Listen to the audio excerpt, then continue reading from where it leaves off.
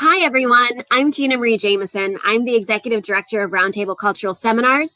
Above me, I have Caitlin Salazzo, our Seminars Coordinator. And below me, I have the man you are all here to see, Johnathon L. Jackson, who is going to be taking us through our February 1st Friday, The World of August Wilson, through the lens of Ma Rainey's Black Bottom.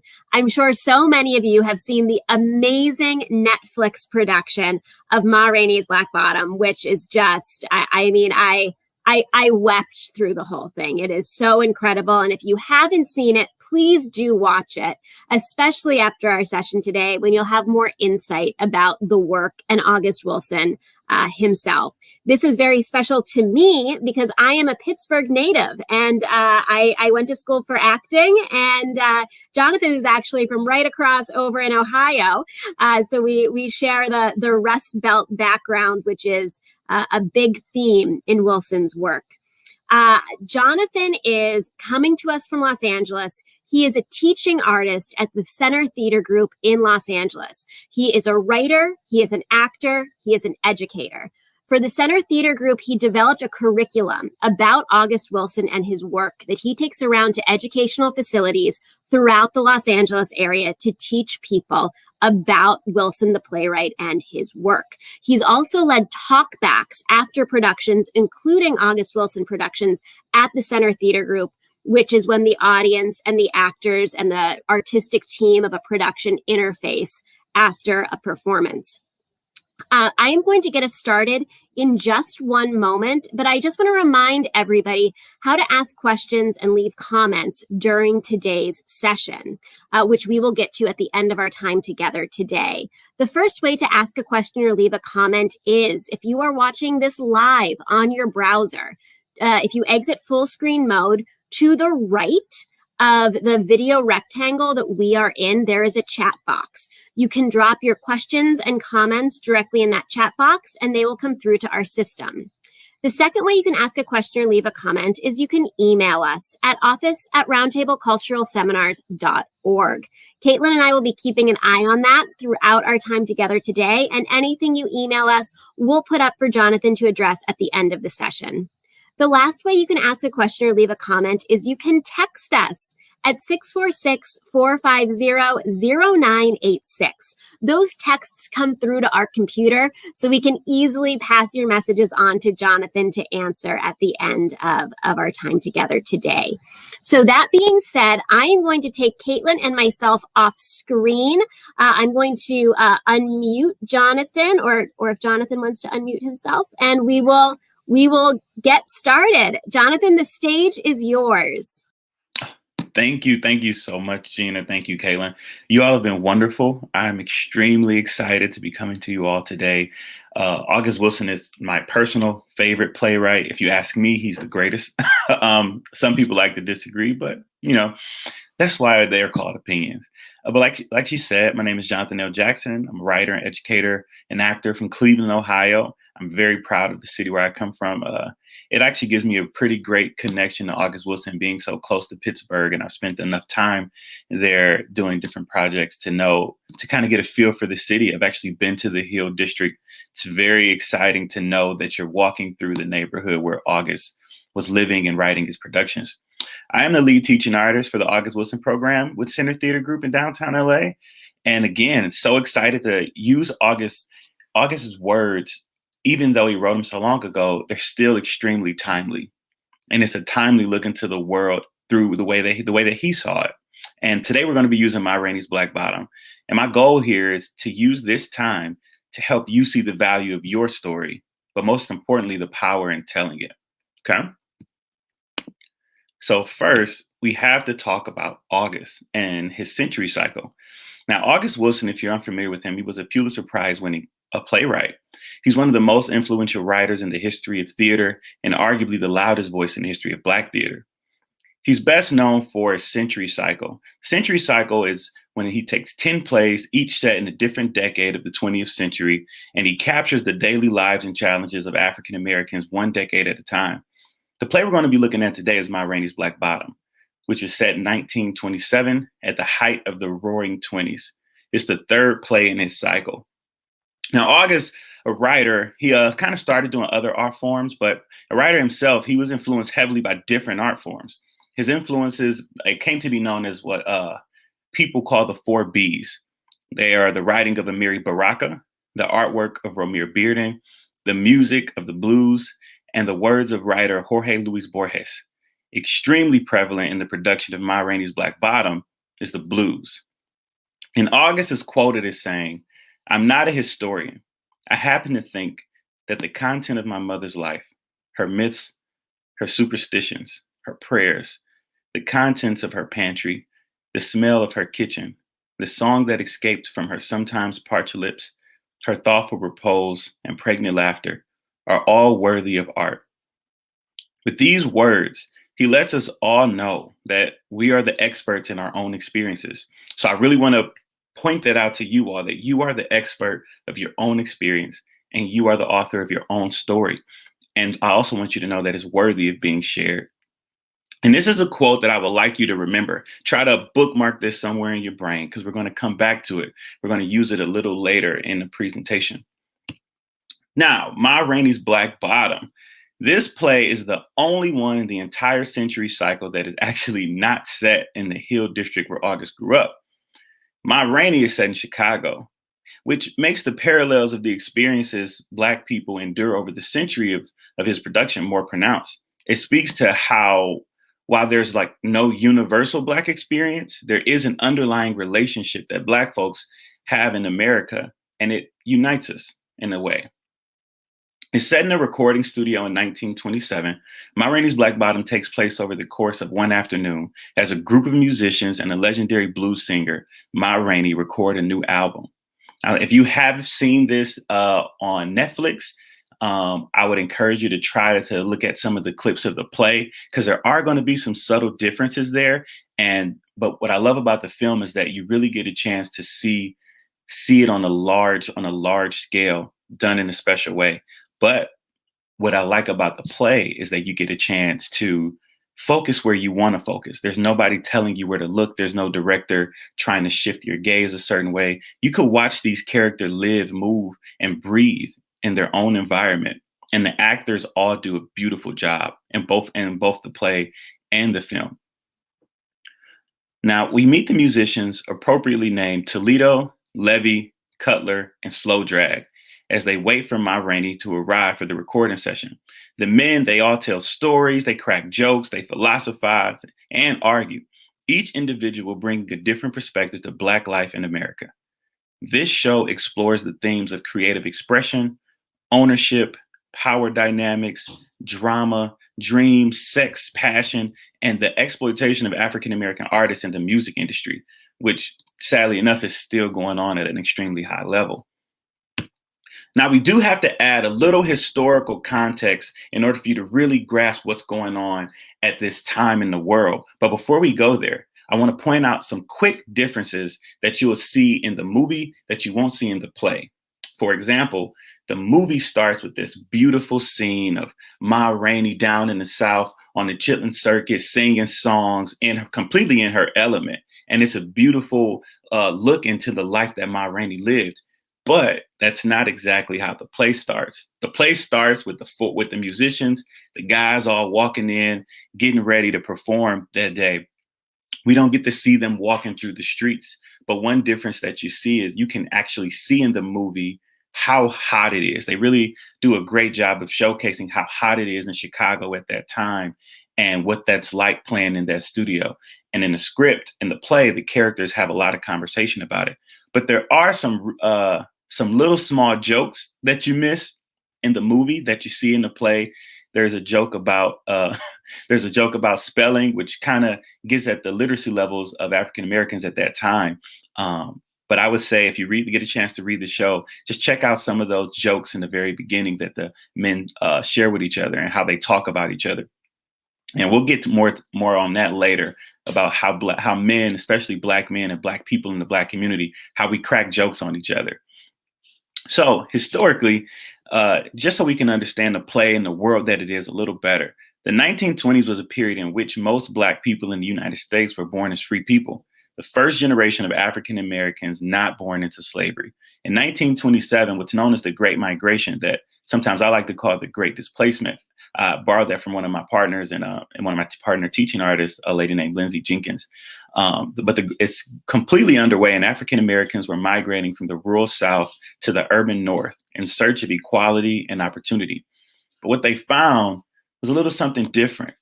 It was the same segregation taken out of the field and just slapped on a factory.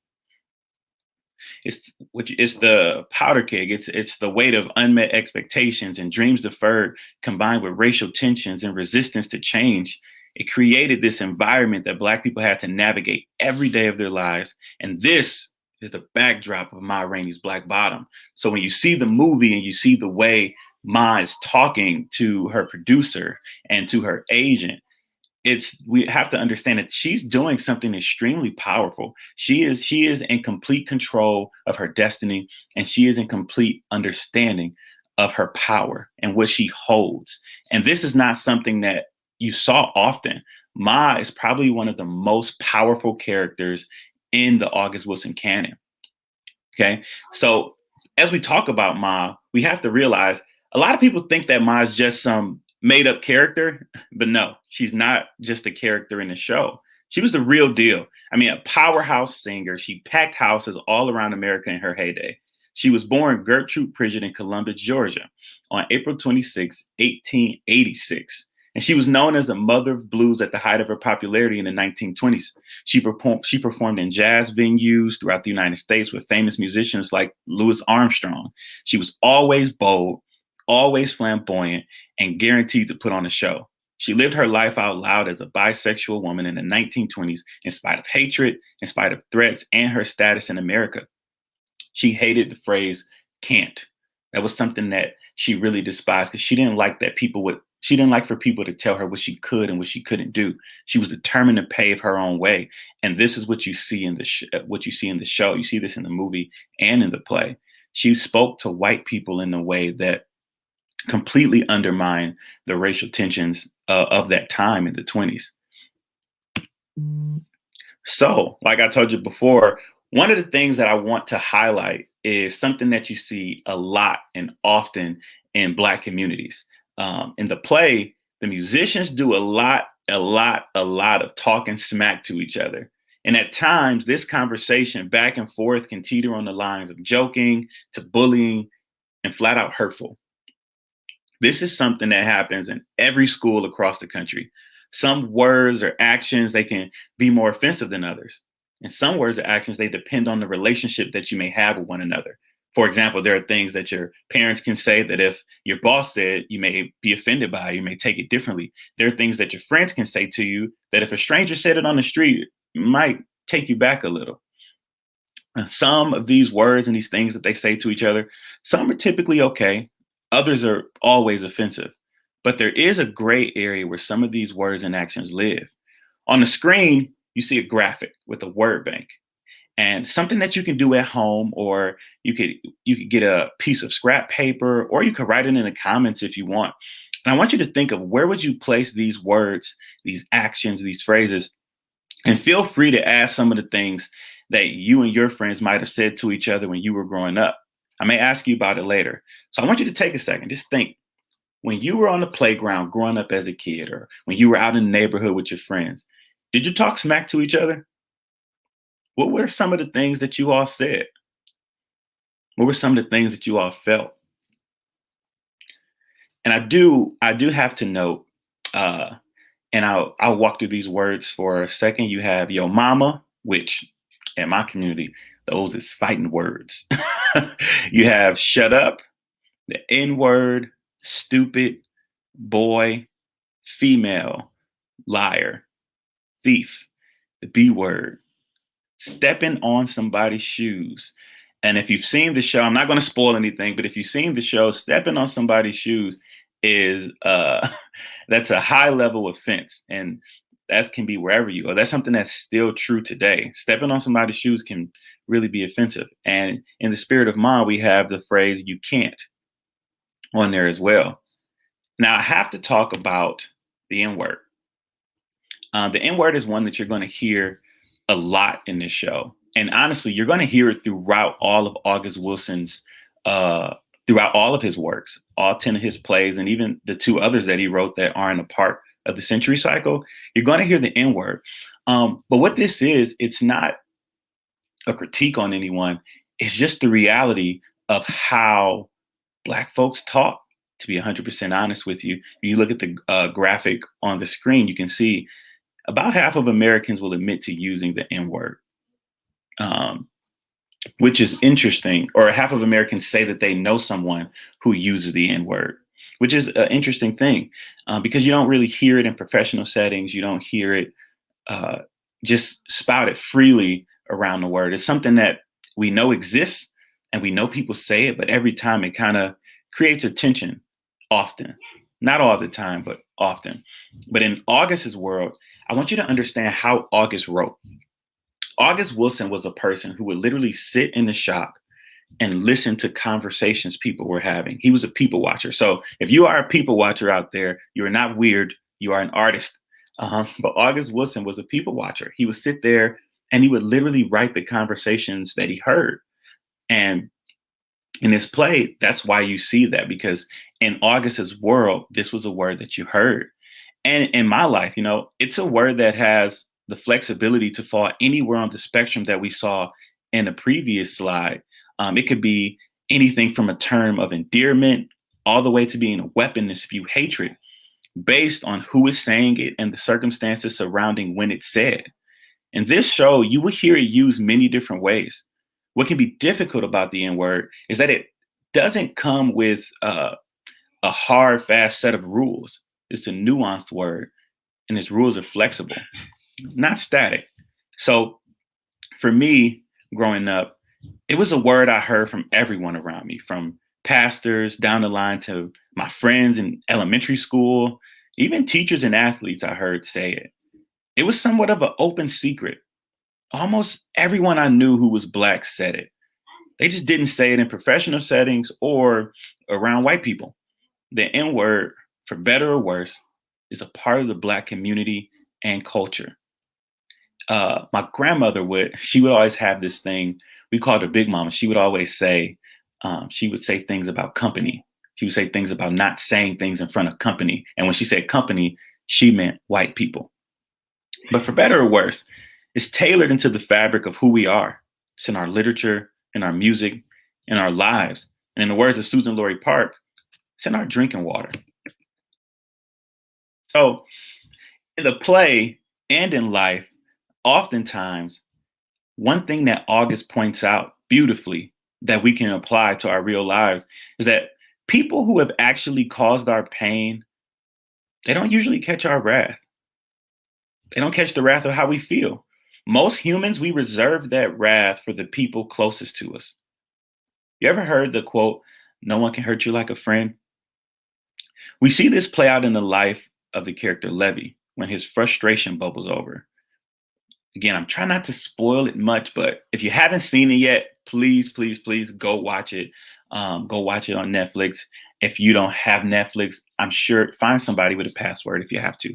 You can watch it. So I want to ask you a series of questions, and this is just for you to think about, or you can share it in the chat. I may pop into the chat just to see for a second if anybody's typing anything. But it's a series of questions. I want you to write your answer on that scrap sheet of paper I told you about, or you could just think about what your answers would be. So, who do you feel the most safe around? Is it friends, family, strangers, or alone? Again, the question was, who do you feel the most safe around? Friends, family, strangers, or alone? And safe, that's a word that may have different meanings for everyone, but whatever the meaning is for you, answer it accordingly to how you feel. I know for whatever reason, I'm one of those people that feels really safe talking to strangers on airplanes. I'm sorry, I'm that guy. If you sit next to me on the airplane, I'm going to speak to you. So the second question I want to ask you is, who makes you the most upset? Who makes you the most upset?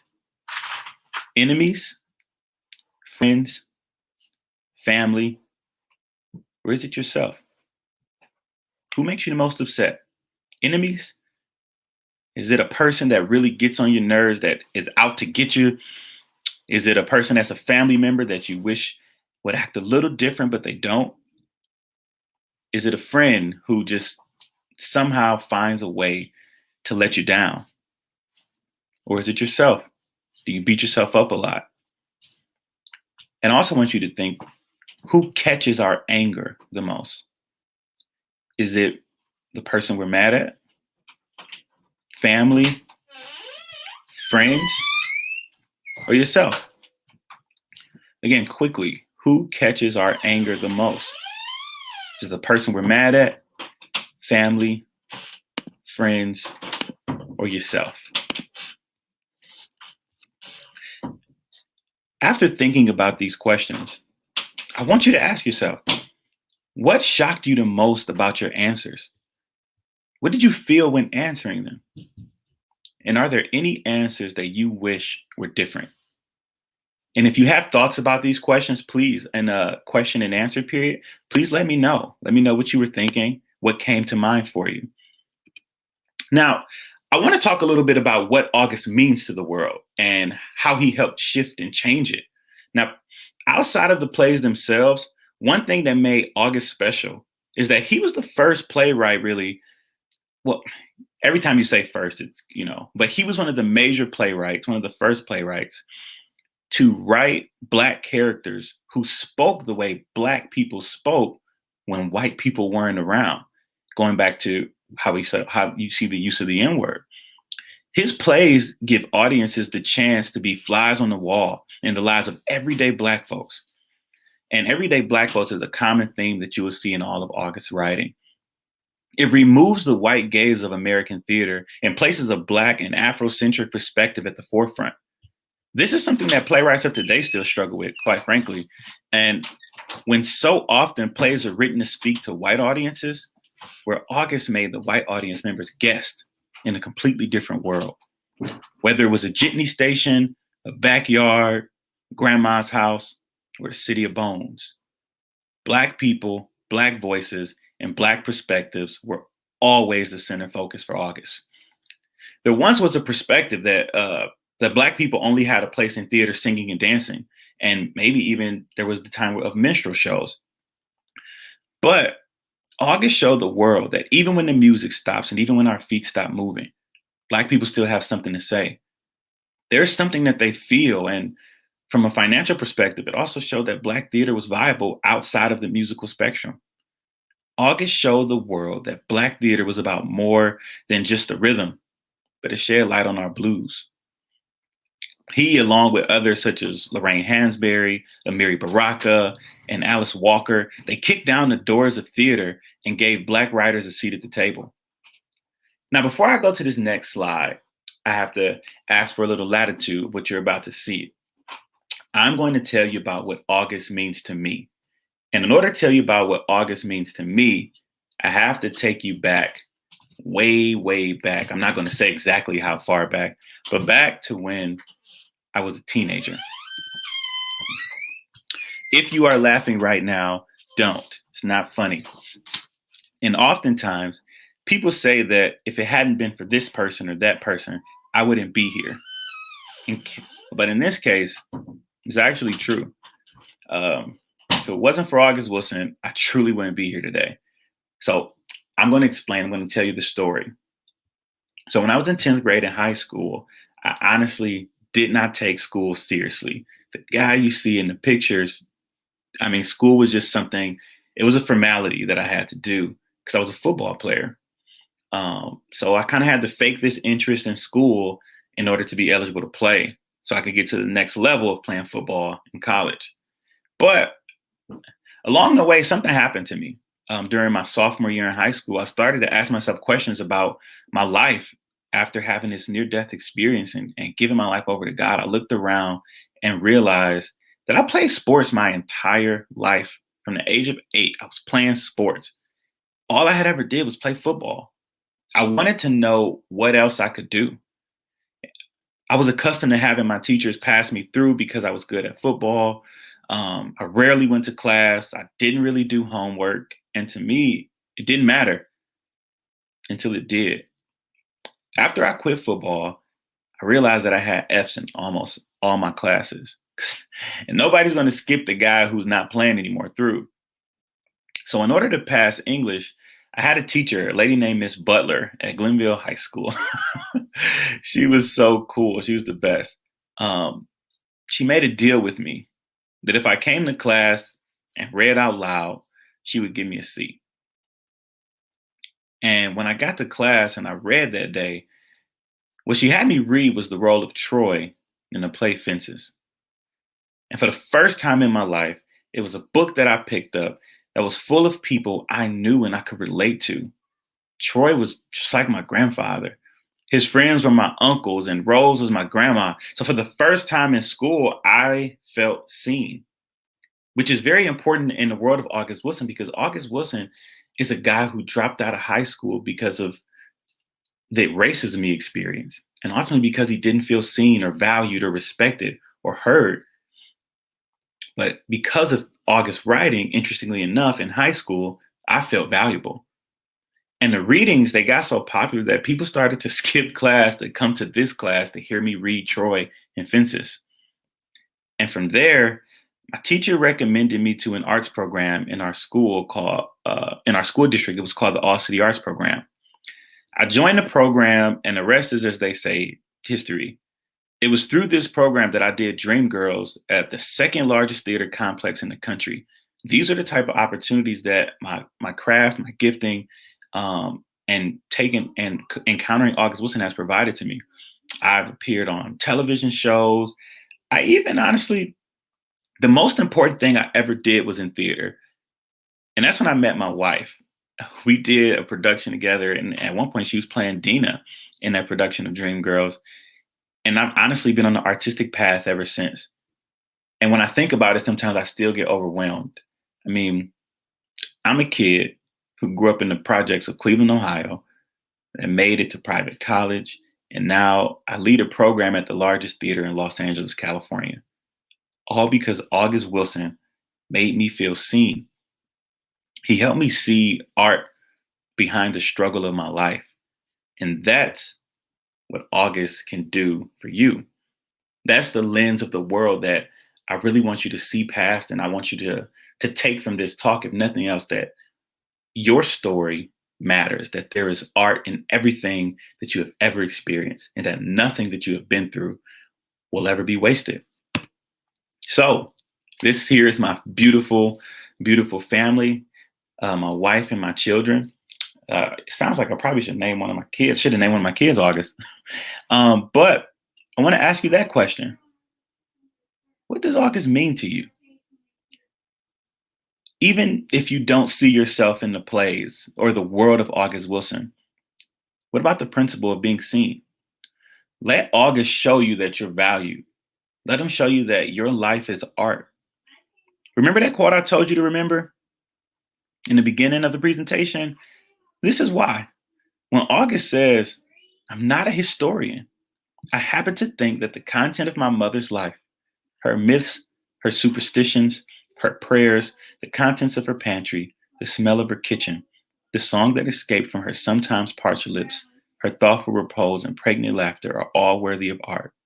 What he is doing is he's removing the requirement of being extraordinary in order to be seen. Every single one of you, no matter how young, no matter how old, no matter the mistakes you've made, no matter the lack of experience, no matter the moments you've let slip away, you and your story are all worthy of art. And you could be the ripple in the middle of the ocean that changes the course of someone's life forever.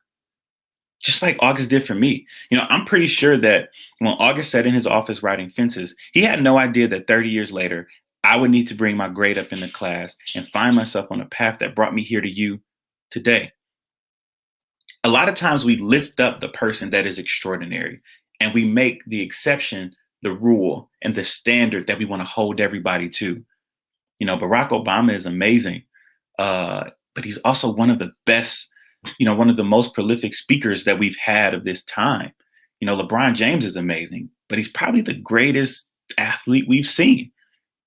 These are people that sometimes can be exceptions. And it's easy to see why the exception is special. It's easy to see why the exception needs their story told, which they do completely and 100%. But what August did was highlight the everyday lives of people like me and you, people who were just getting up and going to work that day, people who were retired, people who were just hanging out, people who picked up dog poop, people who had a dream and never achieved it, people who were content playing the piano, people who didn't want to get rid of their mother's piano. These people, just regular everyday things. Think about it.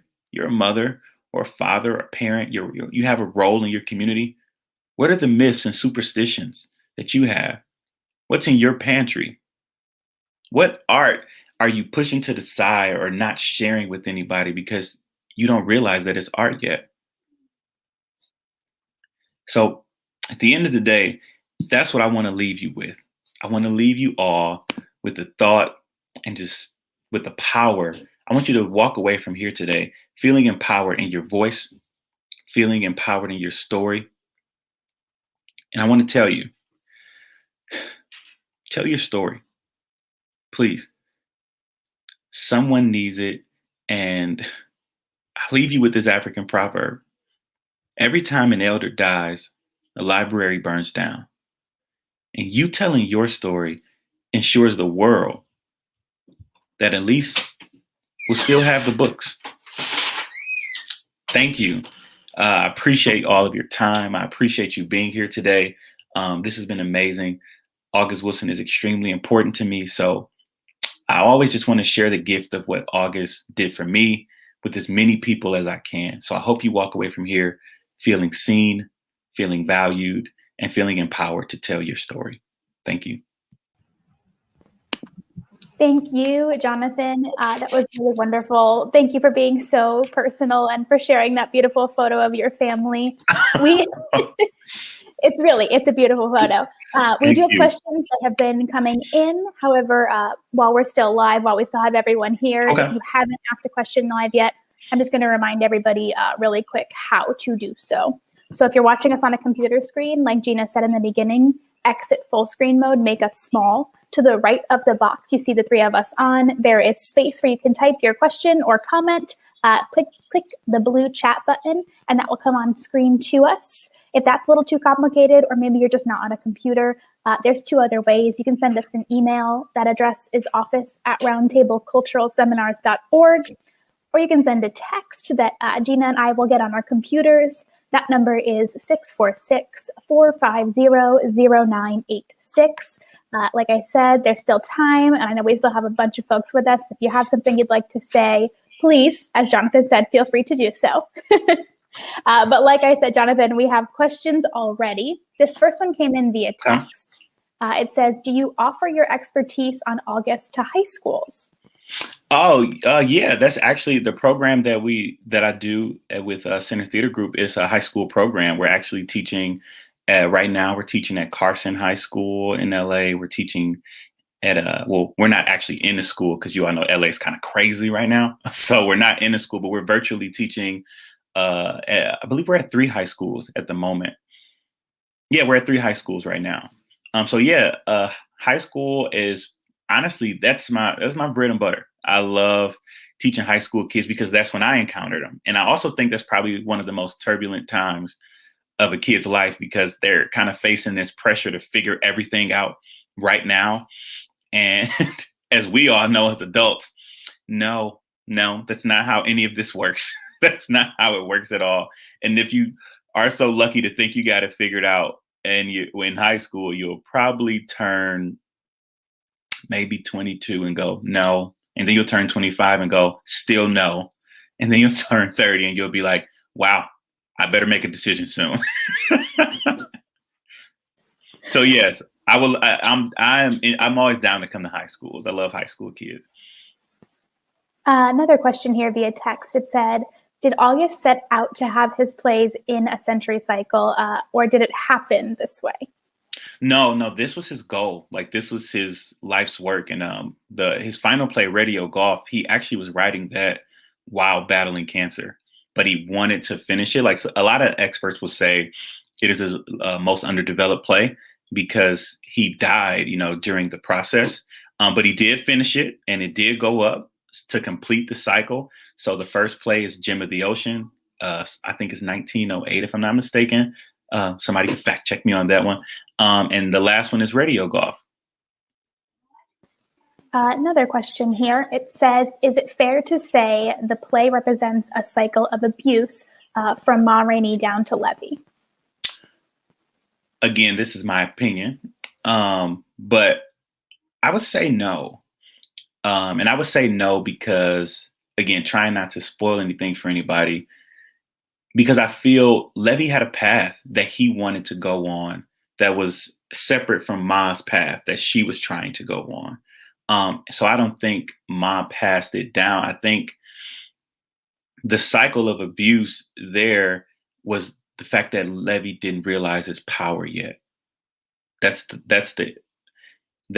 not a cycle of abuse, but that's the thing there, is that Levy didn't realize how powerful he was. He hadn't stepped into the full knowledge of himself as a man the way that Ma has stepped into the full knowledge of herself as a woman, in the way that she could command and move through a room. Levy just hadn't got there yet.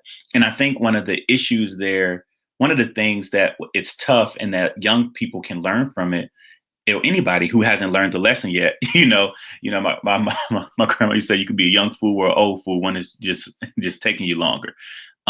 Anybody can learn that you have to listen to the advice of people, because if you read the show and if you watch the movie, there are moments when the young people are trying to explain to him the business of being a session musician, and versus having your own band, versus being excellent in the role. And that's another thing, like being excellent in your role. There's something value about being a great member of a band.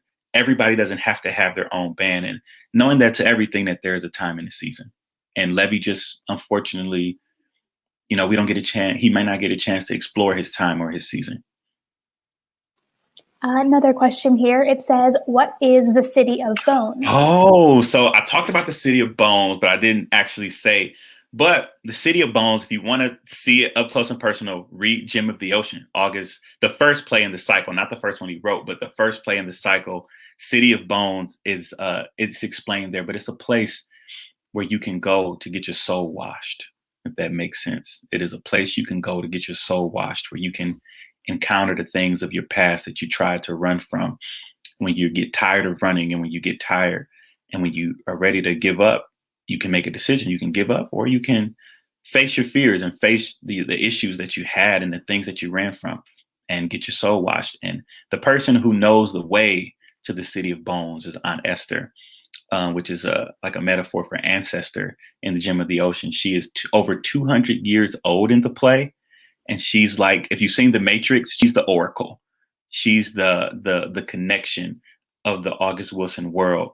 All characters throughout the whole play go to see Aunt Esther. So, I think if you haven't read Gem of the Ocean, I definitely would say read it. It's a beautiful piece. And you never know, it might be time for you to take your trip to the City of Bones. Another question here. It says, do you have a favorite play in the cycle? Ooh, yes, I do. A loaded question, I'm sure. Yes, it's very loaded. But you know what? It used to be 7 guitars because I was just I'm a dreamer, I'm a dreamer. And I just related to Floyd so much, and just fighting for a dream, and just trying to give it everything that you had to get it. I get emotional thinking about Floyd's journey. But man, I saw Jitney live. I saw Jitney, and the layers of Jitney is, I think, this is my opinion, I think Jitney has the most powerful play in theater history. The play between the father and the son in Jitney. It's just, it's one of those moments where men, a father and a son, they finally, I'll kind of do it real quick. I don't know how much time we have left. I'll do it really quick. A father and a son they have a relationship that's strained because the son committed a crime and went to jail for murder, and he's coming home, and his father hasn't seen him, hasn't talked to him in 20 years. and they're finally having the conversation. And they're both making such great points. I mean, the points that they're making are so, and every time you think you agree with one character, the other character says something else and you're like, whoa. And I think before I had children, I didn't understand it. But after having children and after teaching for so long, I just see the layers of that scene so different, but also the layers of that play. And it's hilarious. That's the other thing. August, like his plays are definitely dramas, but he really sucks you in with those first 30 minutes and makes you crack up. The first 30 minutes of the show are just a hoot. Like, they're hilarious. I cracked up and I did a talk back for that show. And I think it might have been the second to last or last production that Anthony Chisholm did before he passed. And I saw that show 15 times and I laughed every single time. It's a brilliant show. So Jitney is my favorite, but Seven Guitars is a close second. Fair enough. Another question here. It says, what contemporary playwrights has Wilson inspired? I don't want to speak for anybody, but there are definitely some playwrights and some writers in general that I see August in. When I think of Lynn Nottage, I think of Lee Edward Colston, I think of Katori Hall, I think of Dominique, I think of Nina Domaine Glover, I think of Anna Devere Smith, I think of who else? Nicole Salter. Nicole Salter's dialogue. She has a show called Lines in the Dust that I saw. Actually, I saw a friend of mine, Nicole Sumlin, in it, and the way that they argued was very August to me in that production. It was so. I mean, there's a ton of playwrights out there now. I don't have a list. Let me see. But those are some of the ones that I think about in terms of Black playwrights that you just kind of look at and you go, wow, there's a lot of great Black theater happening out there that I wouldn't, sometimes go to these play festivals. A buddy of mine, York is a brilliant playwright. He just won some great award. He's brilliant. His name is York Chop on Instagram, believe it or not. But he's a brilliant playwright. And the one I told you about, Lee Edward Colston, is one who he has a play called For Which It Stands that is breathtaking. And then he has another play that just won an award in Chicago, being one of the best plays that they had in Chicago. So sometimes you kind of got to get out there and really go see them, because the truth is this going to be controversial? Okay, she said it's okay. The truth is, a lot of times, Black people, even though we're the playwrights, we don't control the dollars that make the decisions on what plays get produced a lot of times. So a lot of the plays that are popularized that you see from Black playwrights are really for white audience members in reality. Like, they're really plays for white people, to get white people to see our humanity, to get them to understand, or whatever the case may be. But a lot of times you're starting to see it more and more. You're starting to see more plays stripping that gaze away and just letting other people be visitors, in a Black world where Black perspectives are placed at the center. So I would say any Black playwright that's writing plays for Black people, about Black people, with Black folks at the center, is a playwright that I would say is being inspired. I mean, I think Dominique has, if I'm not mistaken, she has a trilogy play where it's Detroit 6-7. I think that's the play. Let me see. I'm going to look it up really quickly because I do want to. Yeah, Detroit 6-7 is one by Dominique that is she has a trilogy, and she also worked on Ain't Too Proud, Life and Times of the Temptations. So it's a lot of great theater out there. Another question here. This says, Levy maybe has the reaction because he isn't seen. Absolutely. That's exactly what's happening. He's not seen. He's not seen by his contemporaries, and at least the way that he wants to be seen. And that's something I've learned as I've gotten older, is that when you want to be seen, or when you're putting something out there in that way, it may not come the way you want it to, but you have to be open to how it's coming. In my mind, it seems like Levy interpreted his interactions with the people around him as they didn't see or recognize or understand his greatness. and how brilliant he was. But what I kind of got from it is that they were saying it's not your time yet. Right now, in this moment, this is Ma's time. But I don't think they did a great job articulately explaining that to Levy. So sometimes when you're talking to young folks, it takes some patience. It takes some rephrasing.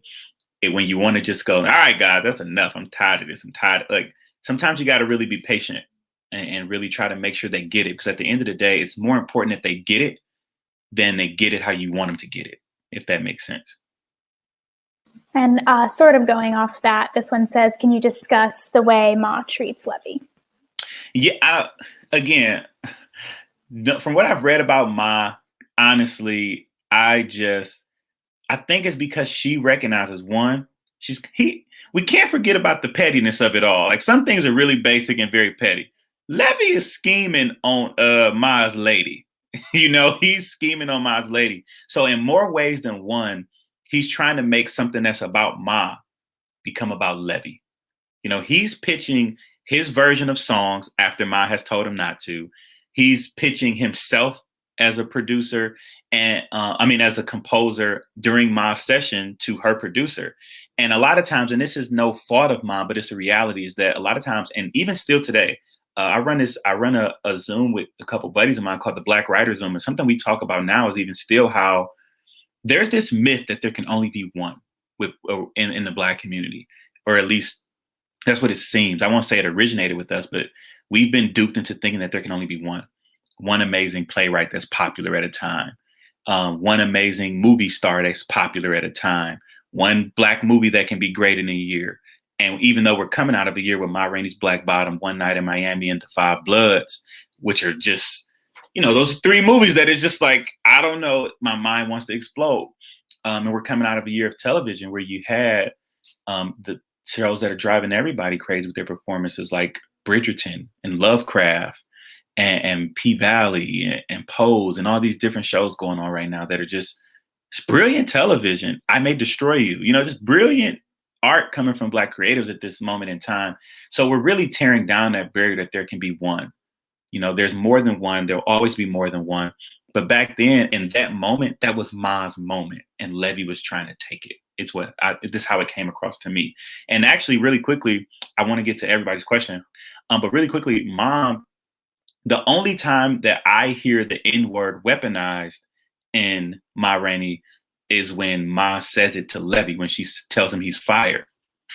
If you really pay attention to it, that's the only time there's, Saul Williams once told me that words are empty, and it's what you fill them with that matters.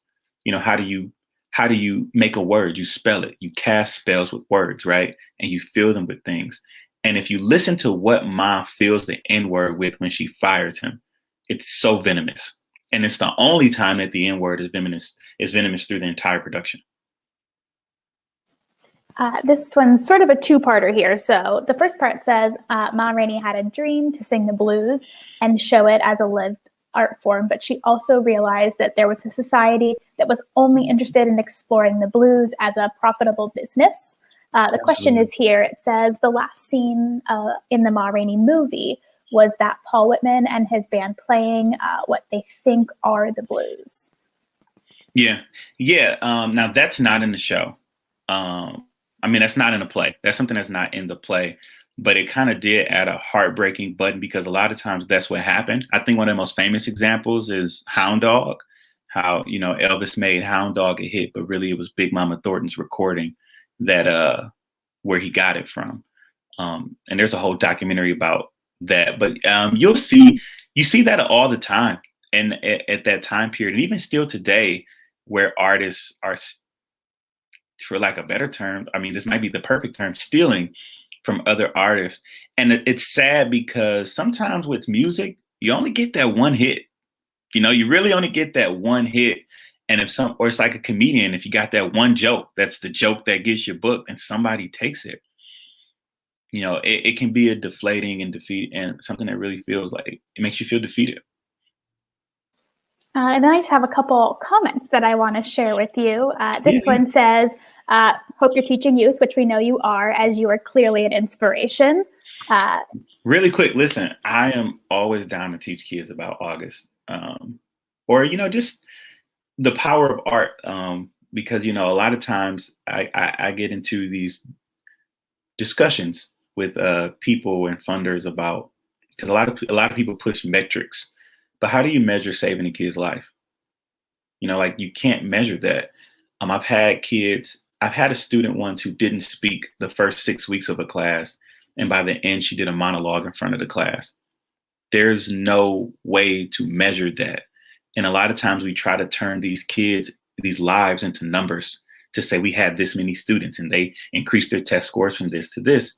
But, you know, your life is, I mean, this isn't the matrix. It's not a source binary code that's going to tell you how much a person's life is worth. So I think the more, and honestly, we all can do that.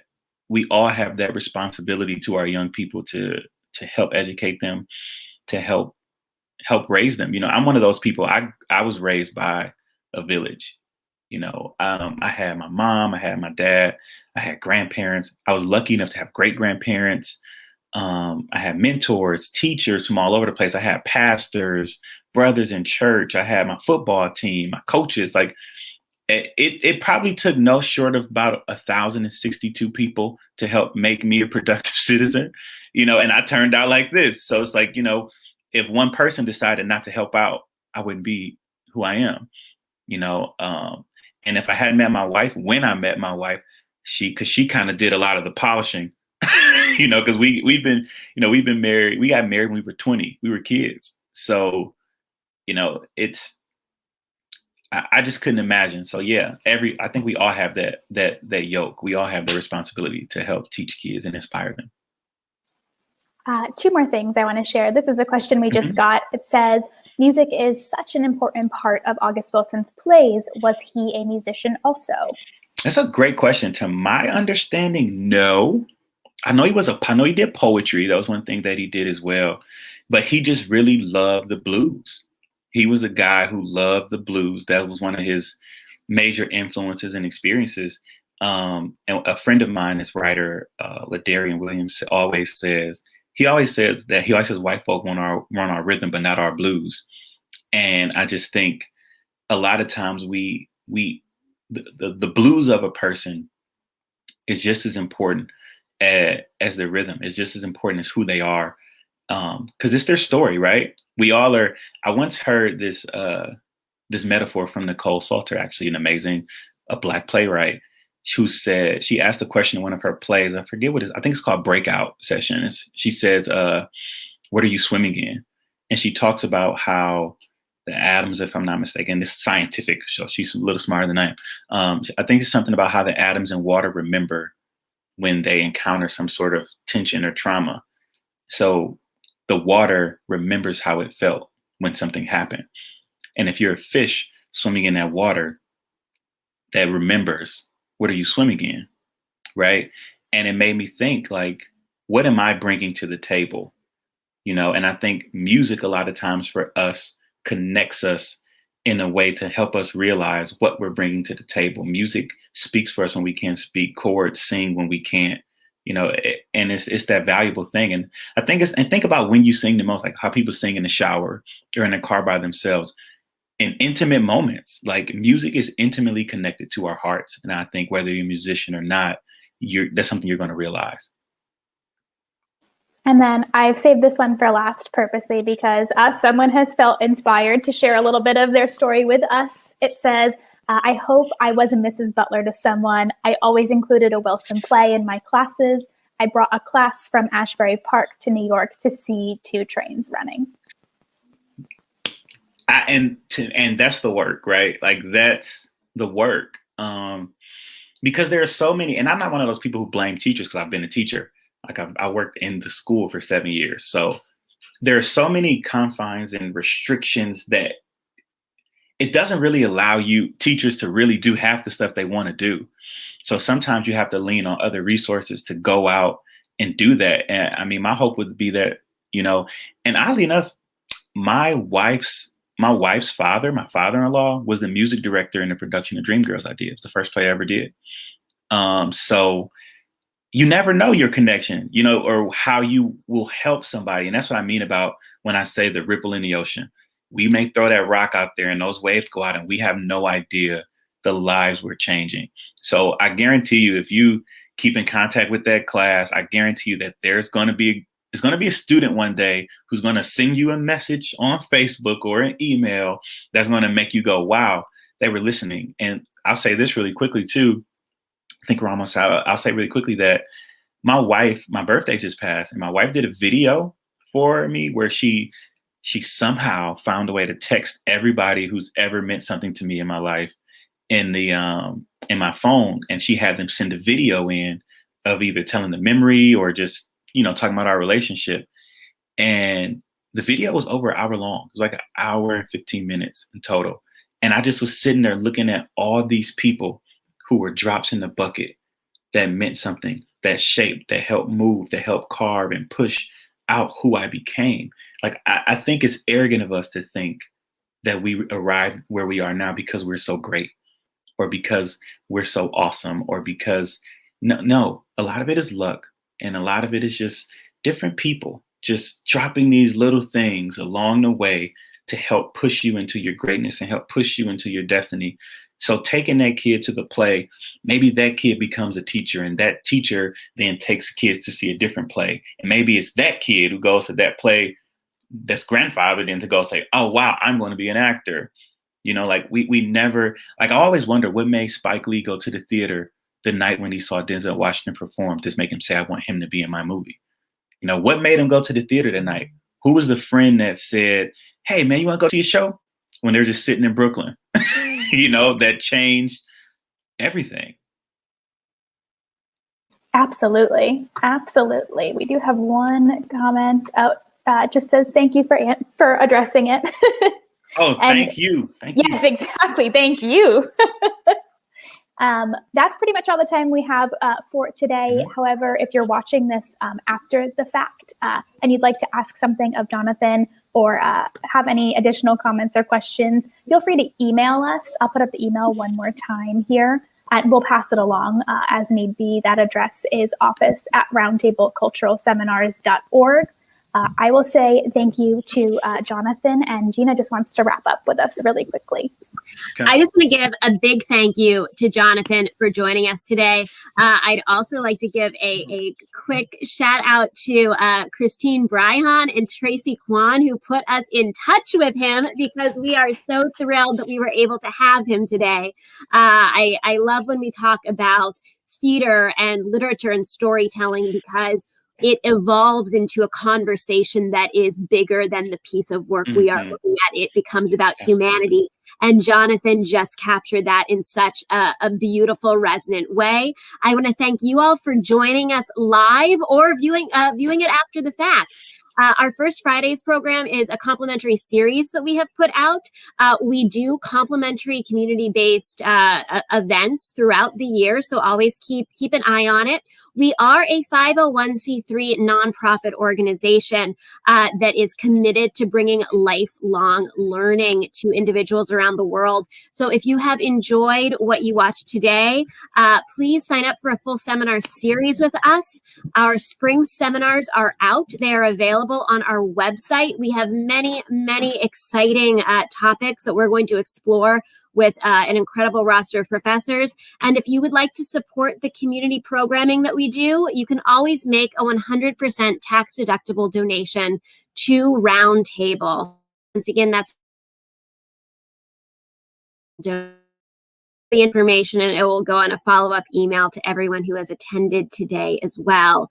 Our seminar series are 50% tax deductible, and we hope to see you back again soon. And Johnathon, such a pleasure. Thank you so much. You were such a fantastic speaker, and I'm so thankful we had you. Take care, everyone. Stay safe.